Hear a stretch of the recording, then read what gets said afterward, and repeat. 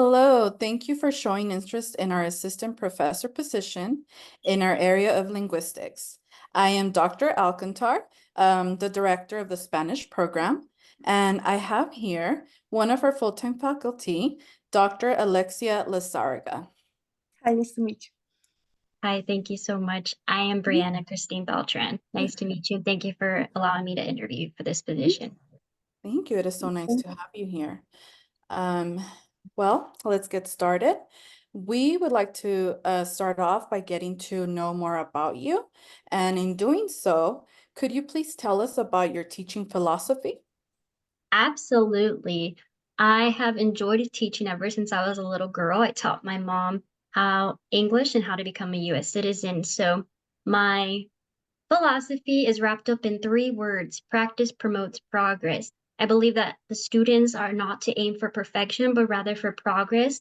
And I create activities and I aim to create an environment that is low anxiety and so that they can feel comfortable, but also that they can engage with the language that they are learning.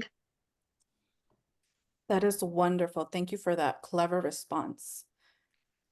And for our next question, Can you give us a brief summary of your thesis? Absolutely. So I received my doctorate from the University of Cambridge, and I specialized in Spanish linguistics, specifically second language acquisition. So my thesis involved the brain.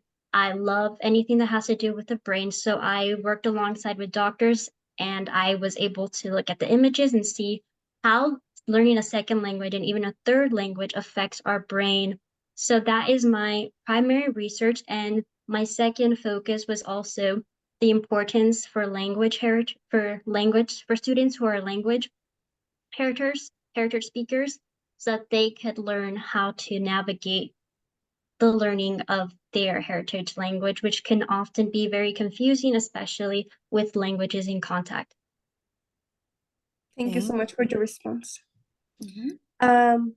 The next question would be, what would you say are your strengths and your weaknesses? Very good. So my weaknesses is that I'm an extremely hard worker and dedicated. I'm tenacious, which can often lead to burnout. So I've created my own methods to relax, such as doing yoga, listening to music. I've learned how to play the guitar and also how to write down my stress in the form of poetic language and figurative language. So whenever I'm feeling stressed out or overworked, I come up with a poem, an acoustic poem, and I just write it so that I can be creative and have a creative output. So that way I can pour into my students. Okay. Wow, I love that you have talked about self-care because that is one of the main issues that sometimes our faculty underestimates. So thank you for talking about that. Okay, as the next question, what pedagogical changes do you see in the horizon in your discipline?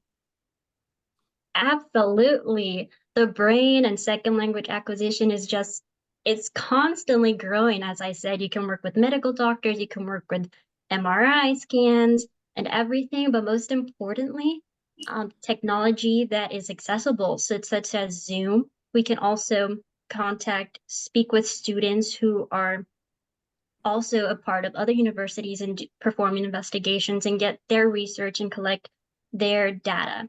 But also, we have new technology in the classroom that allows us to just put ourselves in the position of a second language learner. So it's quite interesting to just see the technology aspect in the brain, terms of the brain and second language acquisition, but also just seeing where even platforms such as TikTok can help us learn more about second language acquisition. It's phenomenal to see the evolution. Yes, I can see just by your tone, and I can see your passion for your area. So thank you so much for that response. Following that, how do you feel your teaching style can serve our student population? Absolutely. So the first time I ever stepped into a classroom, my professor remembered my name, and that always stood out to me because I wasn't a number. So I strive to implement that into my classroom. So I strive to get to know my students, get to know their majors, as I have a bunch of students who are coming from different backgrounds, especially teaching Spanish 1, Spanish 2, even Spanish 3. I strive to know them, to know their aspirations, and also to make sure that they know that they are not a number. They are a person, they are an individual, and they matter. Yes, that's wonderful. Thank you so much. Okay, our next question. Where would this position fit into your career and development goals? Absolutely. So I strive to work hands-on with students. I want to make sure that I involve my students in my research so that they can have experiences because let's face it, it's hard to get a job. So I want to make sure that I collaborate with my students so that I could help them. And in turn, I can learn so much from them because I don't know everything. Maybe they know something. So I just want to make sure that there's a gap that to lessen the gap between their future and their possibilities. So I want to make sure that I'm able to help them make their dreams come true.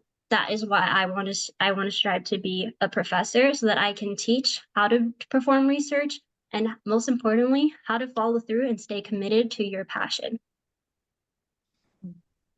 That is wonderful. I could definitely sense your passion once again for this field. Moving on to our last question for this interview. What technology applications have you utilized in the classroom? Absolutely. So I actually just finished my Google certificate. I took an Excel class and also Microsoft Word, anything that has to do with Microsoft Word applications. I just finished a course for that. However, I am experienced with that. I just wanted to get that certificate and put that on my resume. Google Classroom is my main forte because it's more accessible to our students. So they don't have to pay for anything. And that way they could just engage with the fun little emojis and stuff. I love absolutely just creating that. In addition, I love Kahoot. It creates interactive lessons and Quizlet, anything that has to do with that. As I mentioned before, I love TPR. So I try to incorporate music, YouTube.